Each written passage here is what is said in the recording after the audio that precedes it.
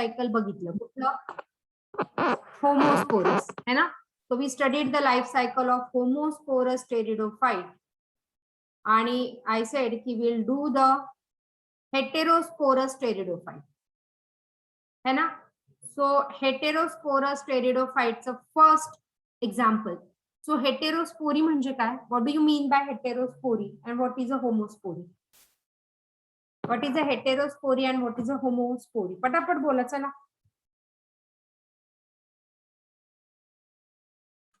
Yeah. In homospore, only one type of spore is present, and in heterospore, two different spores are produced. Yeah, two different spores are produced in heterospory. So two different spore कुठले? It is a microspore and macro, or it is also called as a megaspore. And the first example from where the heterospory started. So the first example is Selaginella. Along with that, there is Selaginella, Salvinia, Azolla, Marsilia. हे सगळे examples are for heterospory. Okay. So prothallus आपण बघितलं की heart shape prothallus is form, वरती त्याला archegonia, खाली त्याचे अँथ्रोझॉइड्स, आणि त्याला पण रूट आहे, हा ग्रीन आहे, ऑटोट्रॉफिक आहे.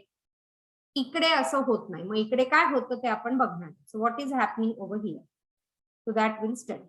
Okay. Now the heterosporous life cycle. As an example right Selaginella. As an example, it is a Selaginella. आता स्पोरोफिल असतात. So it is a microsporophyll. Sporophyll म्हणजे काय? What do you mean by sporophyll? Diagram तुम्ही काढायचा, मी जसं काढते. Sporophyll म्हणजे काय?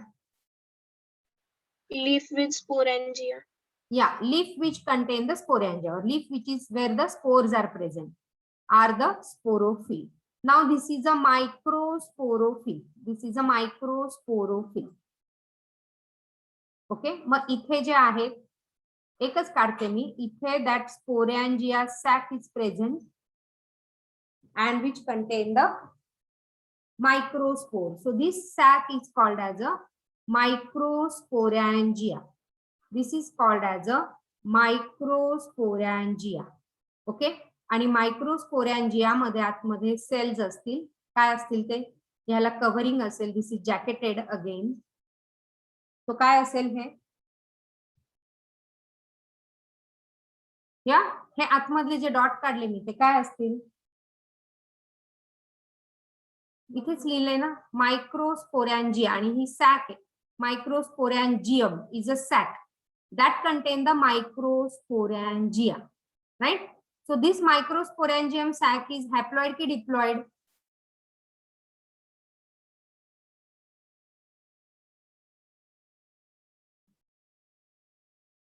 Confused. Haploid ke diploid? Plant body is what? Sporophyte. Which is haploid ke diploid?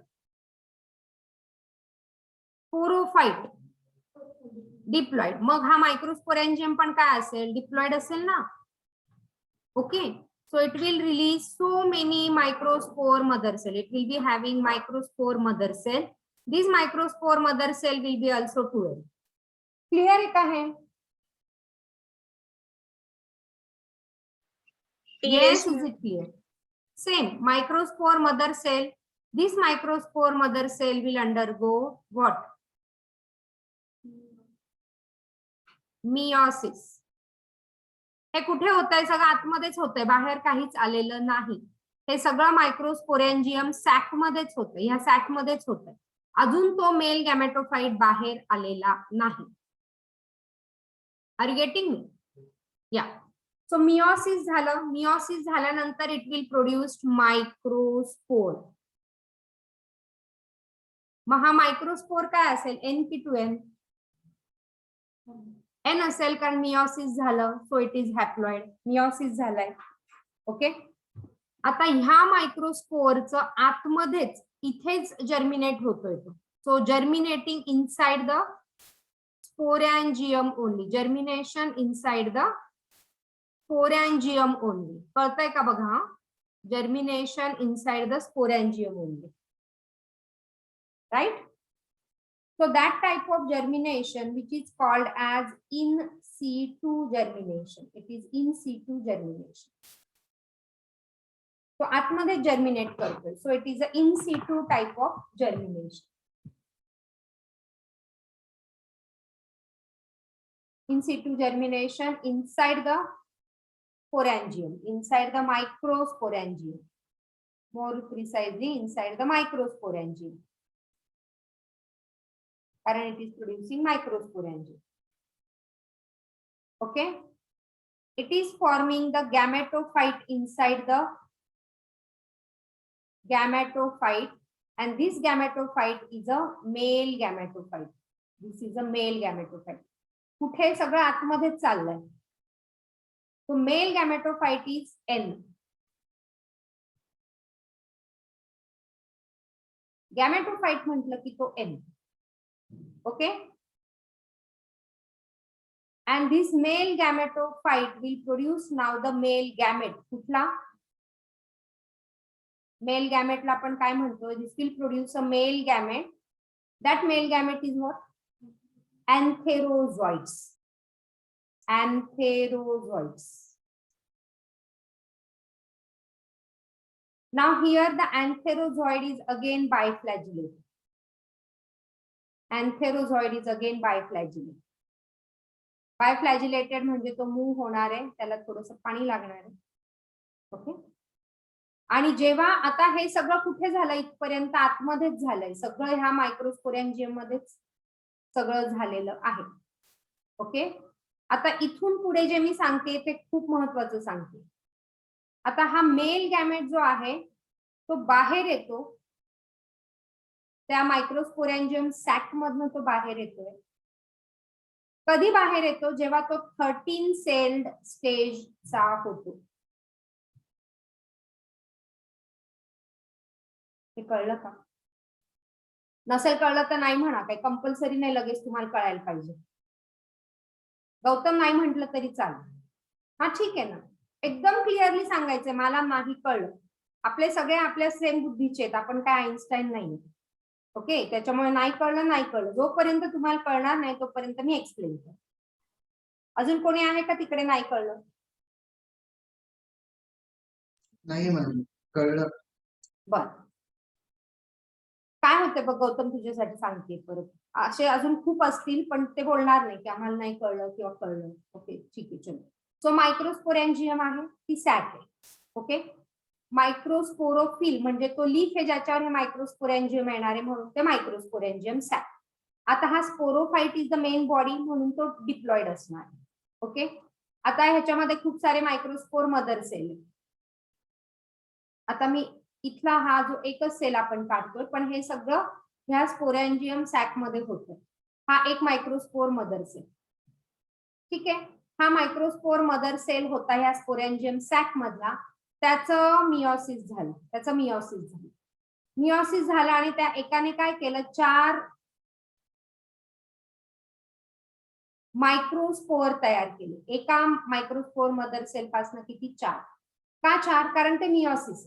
Meiosis मध्ये आपण बघितलंय की 1 to n हा 4n तयार करतो. 4n हा 1 to n तयार करतो, म्हणून ते 4 तयार झाले. ओके. आता हे 4 तयार झाले आणि हे आतमध्ये जर्मिनेट व्हायला लागले. आतमध्ये जर्मिनेट व्हायला लागले म्हणजे काय? आता हा तर सिंगल सेल्ड होता. ओके. आता मी हा एक सिंगल सेल इथे जरा बाहेर काढते, तो बाहेर नाही आलेला अजून, सगळं आतमध्ये होतंय, अजून ह्या सॅक मध्ये सगळं होतं. हा एक बाहेर आला, याच्यामध्ये डिव्हिजन झाली. ओके. सो हा जर्मिनेशन ह्याने स्टार्ट केलं आतमध्ये. ठीक आहे. जर्मिनेशन स्टार्ट केलं, मग ह्याचे 1 सेल झाले, 2 सेल झाले, 3 सेल झाले, 4 सेल झाले. अशा ह्याच्या वेगळ्या वेगळ्या प्लेन मध्ये डिव्हिजन होतं. म्हणजे कधी अशी हॉरिझॉन्टल प्लेन होतीये, मग अशी होतीये, मग पेरिक्लिनल होतीये. तर ते मी डिटेल सांगत नाही. फक्त हा जो एक सगळ्या मायक्रोस्पोर मध्ये असंच होतं. हा जो मायक्रोस्पोर आहे, हा एक मायक्रोस्पोर सगळे असेच करणार आहेत. ओके. ह्या एक मायक्रोस्पोर मध्ये सारख्या डिव्हिजन होत आहे. कुठे चाललंय? सगळं आतमध्येच चाललंय, या सॅक मध्येच चाललंय. आणि जेव्हा हे असं डिवाइड होऊन 13 सेल स्टेजला येईल तेव्हा तो बाहेर पडतो.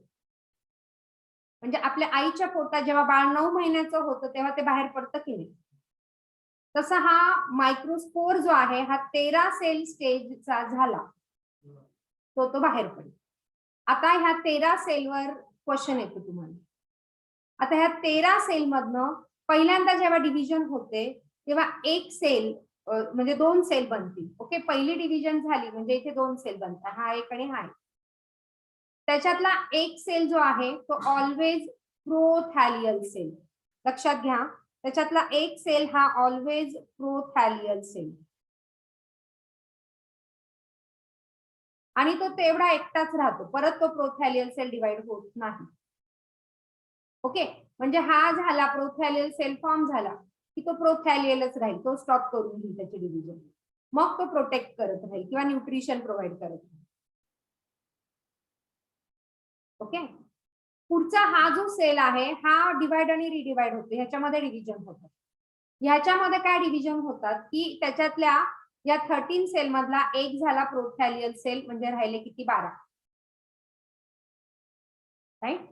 या 12 मधले 8 सेल जे आहे त्याला म्हणतात जॅकेट सेल, त्याला म्हणतात जॅकेट सेल. ओके, आणि 4 जे सेल आहेत त्या 13 मधले 4 जे सेल आहेत these are the androgonial cell. These are the androgonial cell. आणि हे androgonial cell are the male gametes.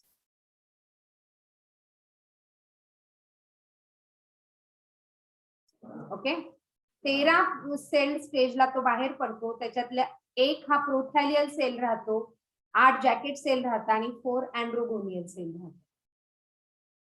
Okay, आणि मग तो अँथेरोझॉइड तयार करतो. हे androgonial cell further form antherozoids and these antherozoids are these biflagellate.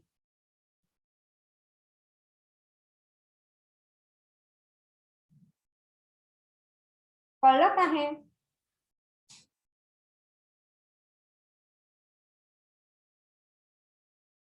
Online कळलं का सगळ्यांना? Yes ma'am. Yes. बरं, आता हे लक्षात ज्यांना ठेवायचं त्यांनी ठेवा, बाकीच्यांनी नाही ठेवलं, ज्यांना नीट फोकस नाही करायचं नाही ठेवलं तरी चालेल. पण 13 सेल स्टेजला तो मेल गॅमेट बाहेर पडतो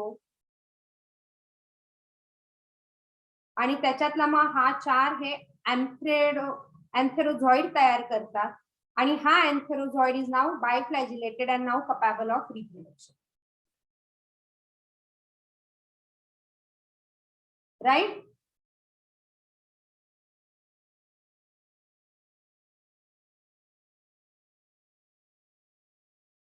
सो हा थोड्या वेळेसाठी आतमध्येच असतो, मायक्रोस्पोरॅन्जियम मध्ये थोड्या वेळेसाठी असतो आणि मग तो सॉइल वर ड्रॉप होतो, तिथल्या सॉइल वर तो पडतो, बाहेर येतो आणि मग find the partner for fertilisation.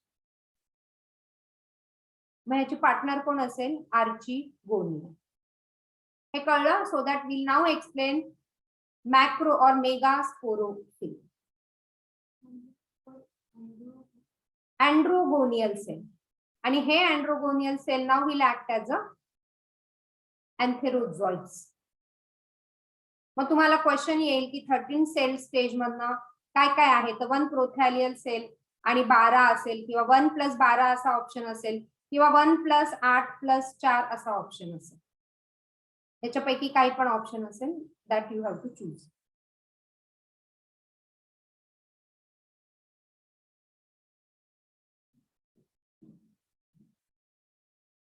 Correct. चला मूव अहेड. हे कळलंय सगळ्यांना? Yes, ma'am. ओके, लिहायचं राहिलं होतं तुझं, कुठपर्यंत लिहिलं?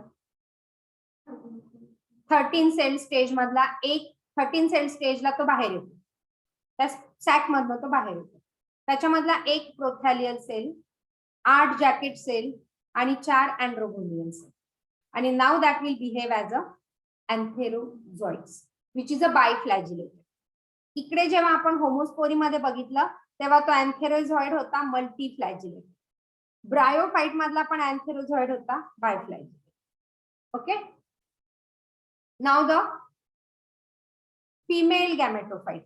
ओके, तो फिमेल जेव्हा गॅमेटोफाइट किंवा आर्चिगोनिया तयार होतीये तेव्हा हा परत लीफ आहे. Okay, now this leaf is called as a megasporophyll. This is a megasporophyll. Why megasporophyll? कारण तिकडे तयार होणारे काय?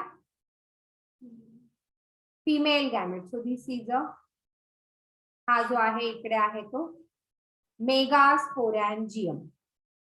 दिस इज अ मेगास्पोरॅन्जियम, राईट. मेगास्पोरॅन्जियम मध्ये पण हे सगळे सेल्स असतील. मेगास्पोरॅन्जियम काय असेल? NP2N. मेगास्पोरॅन्जियम 2N. काय आहे? 2N. 405. मेगास्पोरॅन्जियम मध्ये असेल मेगास्पोर मदर सेल परत, विच इज अगेन 2N.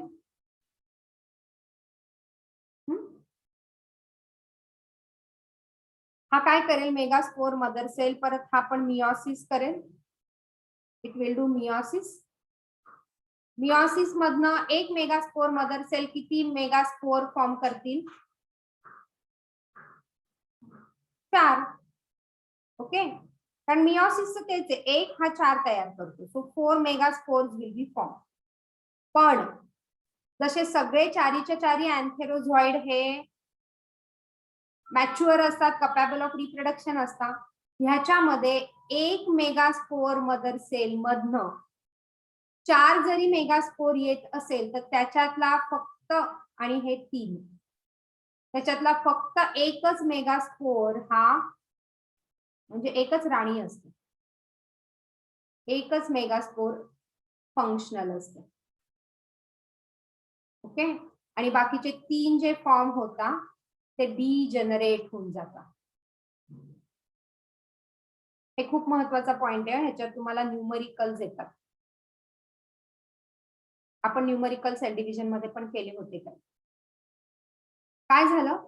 एका मेगास्पोर मदर सेल पासून जरी 4 मेगास्पोर बनत असतील, कारण ते मियोसिस आहे, पण त्यातला एकच फंक्शनल राहतो. फंक्शनल म्हणजे काय? कपॅबल ऑफ रिप्रोडक्शन. आणि बाकीच्या 3ही मेगास्पोर ज्या आहेत त्या मरून जातात, त्या डिजनरेट होऊन जातात. आणि त्या डिजनरेट झाल्यावर ह्या फंक्शनल मेगास्पोरला न्यूट्रिशन सप्लाय करतात. राणी झाली ही, तिला ते न्यूट्रिशन सप्लाय करतात आणि निघून जातात. Clear? So this is only one megaspore which is functional. Okay,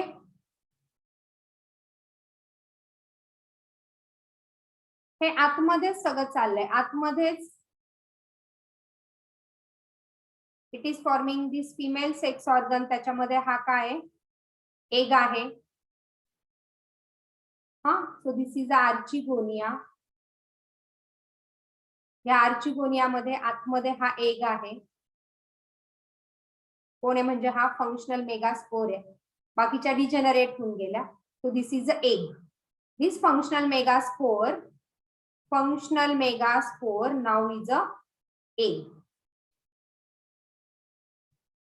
हा एग बाहेर येत नाही. ओके, जो मेल गॅमेट होता सो इथपर्यंत. So this is how the egg is form in case of megasporophyll, right. Now the process of fertilisation. Fertilisation मध्ये काय होतंय की तो बायफ्लॅजिलेटेड अँथेरोझॉइड जो होता तो किमोटॅक्टिक मुवमेंटने इथे स्विम होऊन इथे येईल. ओके, आणि आतमध्येच फर्टिलायझेशन होत आहे.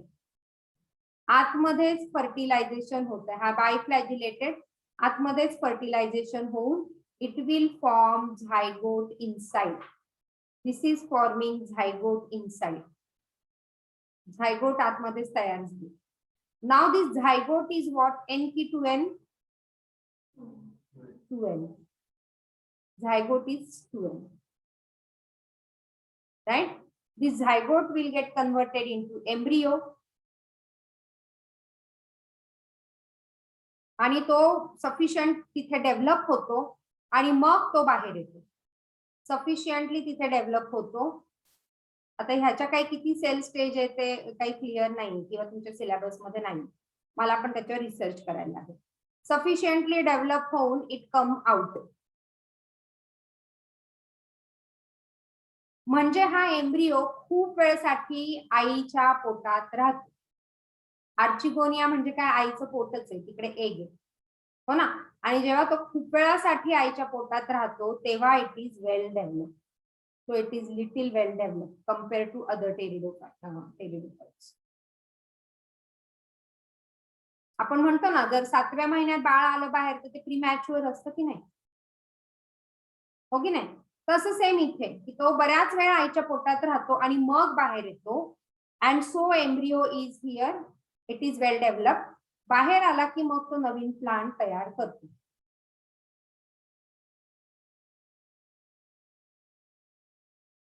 कळलं का हे? नक्की कळलं. So it is well developed. आता हा हेटेरोस्पोरी आहे, जिम्नोस्पर्म मध्ये असंच होणार आहे, हेटेरोस्पोरी आहे, पण हा सीड बनवत नाही. Seeds are not form. Now you know they are cryptogams. लिहा एवढं मग मी सांगते. Okay.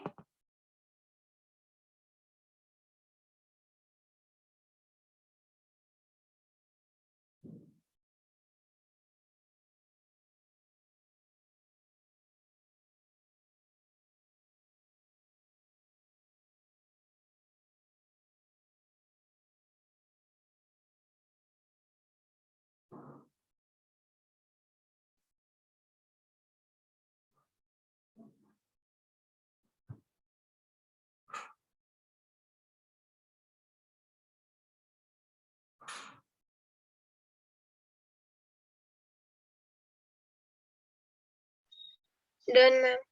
Done. Okay.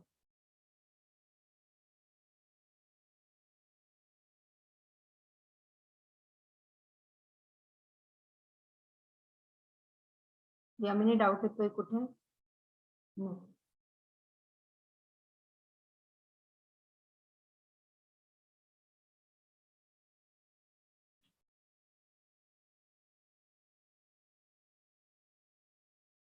Done. Okay. So this is how the, आता मी काय म्हंटल की फर्टिलायझेशन जरी आतमध्ये होतंय, सगळं आतमध्ये होतंय, पण तरी हा सीड बनवत नाही. कारण इथून पुढे जिम्नोस्पर्म मध्ये असंच होत होतं, असंच होतंय आणि ते सीड बनवताय. मग हा सीड का नाही बनवत? जिम्नोस्पर्म सारखंच फर्टिलायझेशन होतं, मग सीड का नाही बनवत? तर ह्याचं रिझन हे की एक तर ह्याचा एम्ब्रिओ थोडा डेव्हलप झाल्यावर बाहेर येतो. एम्ब्रिओ बाहेर आला की सीड बनणार नाही. एम्ब्रिओला सीड बनवायचं असेल त्याला आतमध्येच राहायला लागेल. ओके. हा बाहेर येऊन जातो म्हणून सीड बनवत नाही, हे एक रिझन. आणि दुसरं रिझन, ह्याला बाहेरून कव्हरिंग नाही, ह्याला असं इंटेग्युमेंट असतात. Covering is what? Covering is integument. हे जे आहे इथे ह्याला इंटेग्युमेंट जर असं असेल तर मग त्याला सीड बनेल. त्या सीडला थांबव म्हणजे त्या एम्ब्रिओला आतमध्ये पकडून ठेवणारं कोणी नाही. मग आतमध्ये पकडून कोण ठेवतं जिम्नोस्पर्मला? तर हे ऑरेंज कलरचं मी जे इथे काढलंय, दीज आर कॉल्ड एज इंटेग्युमेंट्स. इंटेग्युमेंट्स. तर ह्याला आतमध्ये पकडून ठेवणारं कोणी नाहीये म्हणून हा बाहेर येऊन जातो. ऐकत नाही आईचं, घराच्या बाहेर पडतो, म्हणून तो सीड बनवत नाही. Right? That is the reason these are, though the fertilization is similar to gymnosperm, but gymnosperm मध्ये सीड बनतात. Pteridophyte मध्ये though heterospory is observed, but there is no seed formation. Is that clear? मग seed बनवायला काय काय पाहिजे बघा. Seed जर बनायचं असेल, so we are starting to gymnosperm. Seed बनवायचं असेल तर पहिली कंडिशन आहे तो हेटेरोस्पोरस पाहिजे. मग ही तर कंडिशन इथे आहे. दुसरी कंडिशन, सीड एम्ब्रिओने बाहेर नाही यायचं, एम्ब्रिओने आतमध्येच राहायचं, ती कंडिशन इथे नाही. आणि तिसरी कंडिशन, त्याला इंटेग्युमेंट पाहिजे. इंटेग्युमेंट म्हणजे काय? कव्हर. इंटेग्युमेंट असेल तर आपलं पुस्तक खराब होत नाही, आपण कव्हर लावतो ना पुस्तकाला, तसं त्याला कव्हर पाहिजे. सीड कोट ज्याला आपण म्हणतो. इंटेग्युमेंट नंतर काय तयार करतं, सीड कोट. तर ते इंटेग्युमेंटच नाही, त्याच्यामुळे तो एम्ब्रिओ पळत सुटतो बाहेर आणि म्हणून तो सीड बनवायला इनकपेबल आहे. मग पुढचे जे आले ते हुशार झाले, त्यांना कळलं की सीड बनवायची असेल तर आतमध्ये टिकायला लागेल आणि मग ते आतमध्ये टिकले. त्यांनी स्वतःला कव्हर तयार केले. And that's how the evolution happened and we went towards gymnosperm. Clear आहे इथपर्यंत सगळ्यांना? Yes, ma'am. Yes, ma'am. या Yes, आता मी ma'am. महत्वाचा काय पॉइंट सांगते बघा. लिहिते का तू यामिनी? इरेज करू? झालं. ओके. महत्वाचा पॉइंट, सिलॅजिनेलामा हा मोनोशियस आहे की डायोशियस आहे?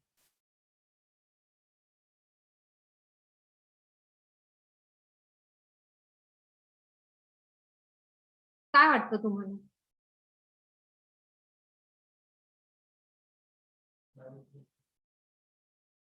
आपण दोन डिफरंट ते ह्याच्यावर कुठे म्हटलं त्याचे तयार झाले? दोन वेगळे डिवोर्स आहे.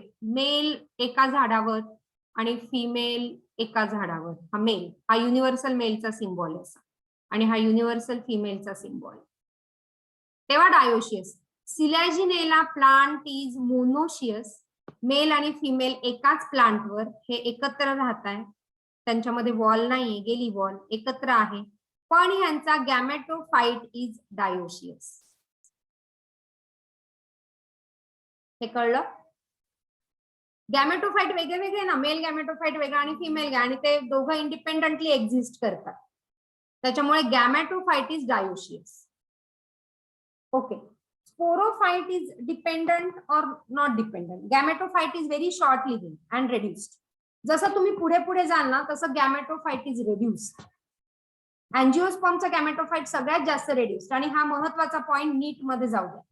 13 सेल स्टेज नीट पॉइंट मध्ये जाऊ द्या. 13 सेल स्टेज ऑफ सिलॅजिनेला मेल गॅमेटो, ते पण नीट पॉइंट मध्ये जाऊ द्या. गॅमेटोफाइट इज डायोशियस, नीट मध्ये जाऊ द्या. गॅमेटोफाइट is reduced and short living. जसं तुम्ही वरच्या क्लासमध्ये जाल मग सगळ्यात जास्त गॅमेटोफाइट रेड्युस्ड कोणाचा, तर अँजिओस्पर्मचा. आणि सगळ्यात जास्त गॅमेटोफाइट डेव्हलप्ड कोणाचा, तर ब्रायोफाइटचा. कळतंय?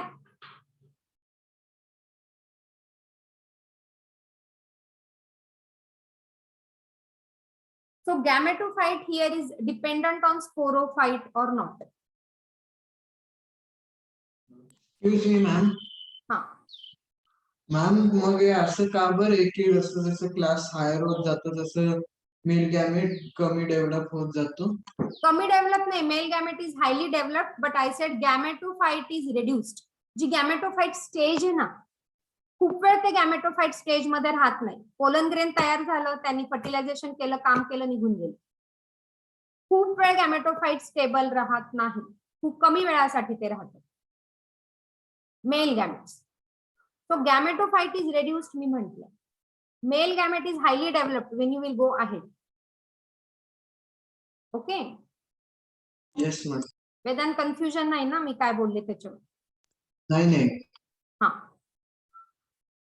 माझा प्रश्न होता, तिकडे प्रोथॅलसला बाहेर हुसकून दिलं, पॅरेंट्सनी स्पोअरला बाहेर काढून दिलं, प्रोथॅलस आपला आपला डेव्हलप झाला. कोणामध्ये? होमोस्पोरीमध्ये. इकडे पॅरेंट्सनी हुसकवलं का बाहेर?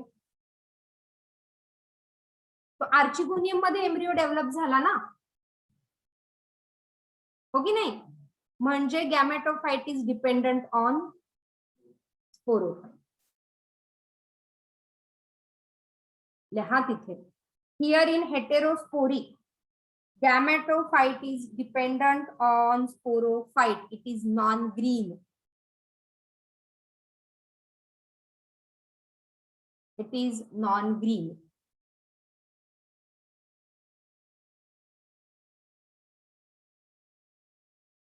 So it is again dependent haplodiplontic life cycle.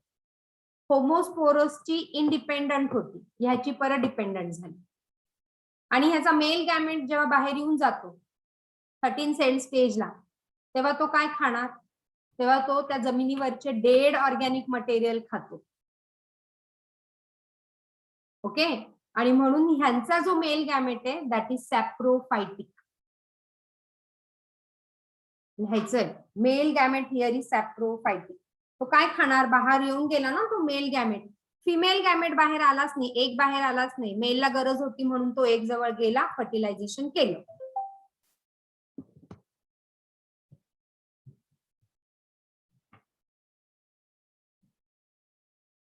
कळतंय का मी काय काय सांगितलं ते? Yes, online Yes. कळलं सगळ्यांना? Yes ma'am. आपण मग आता होमोस्पोरी आणि हेटेरोस्पोरीचे काय काय पॉइंट्स इथे डिफरन्शिएट करू, म्हणजे तुम्हाला थोडस अजून काहीतरी जे कन्फ्युजन असेल ते दूर होऊन जाईल. होमोस्पोरी आणि हेटेरोस्पोरी. कोण? Pteridophyte. Homosporous pteridophyte and heterosporous pteridophyte. Homosporous काय? Single kind of spore. Single spore which germinate to produce male and female, Archegonia and Anthracis. First point. इकडे फर्स्ट पॉइंट काय? टू डिफरंट स्पोर, मायक्रो आणि mega.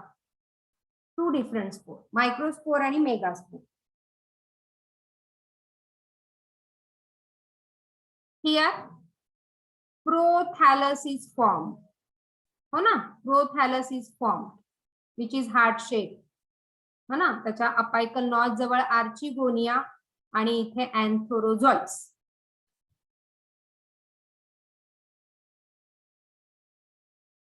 Here prothallus is not formed.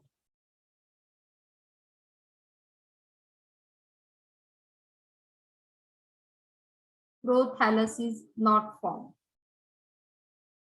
Instead, here prothallial cell is formed in male gamete. Prothallial cell is formed. Only one prothallial cell is formed in male gamete. One prothallial cell is formed in male gamete.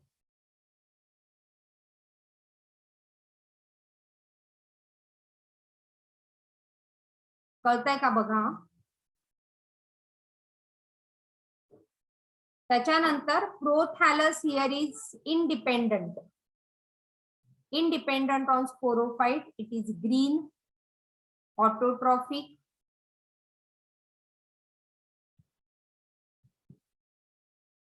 Here gametophyte is dependent on sporophyte. Gametophyte is dependent on sporophyte.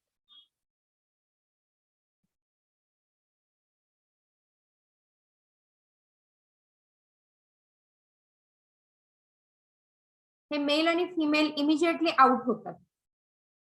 प्रोथॅलसच्या immediately they come out of prothallus. Male and female gamete immediately come out of prothallus. Okay, and here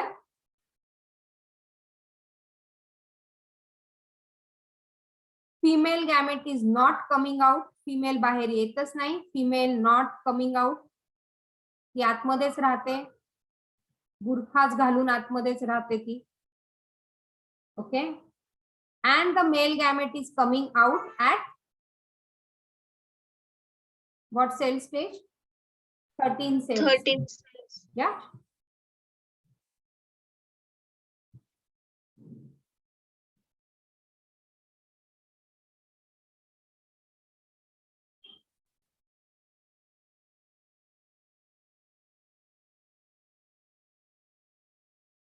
Is this clear?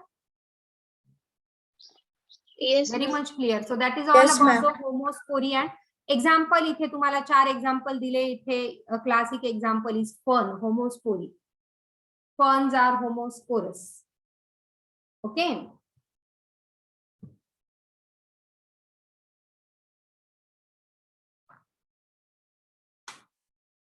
So further homework for you is differentiate between bryophyte pteridophyte.